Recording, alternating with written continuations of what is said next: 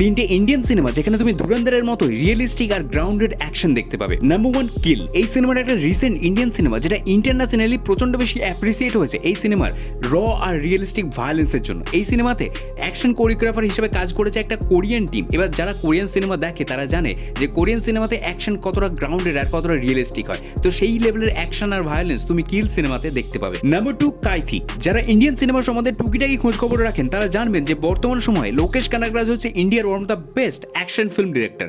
তার সিনেমা যেমনই হোক না কেন সিনেমার মধ্যে অ্যাকশন থাকে টপ নচ, আর সেই লোকেশ কানাগরাজের বেস্ট অ্যাকশন ফিল্ম হচ্ছে কাইথি। ফলে সহজেই বোঝা যায় যে কাইথিতে কোন লেভেলের অ্যাকশন থাকবে। আর 3 নম্বরে যে সিনেমাটা আছে সেই সিনেমাটার নাম হচ্ছে রকি হ্যান্ডসাম। এটা বলিউডের one of the best action thriller film.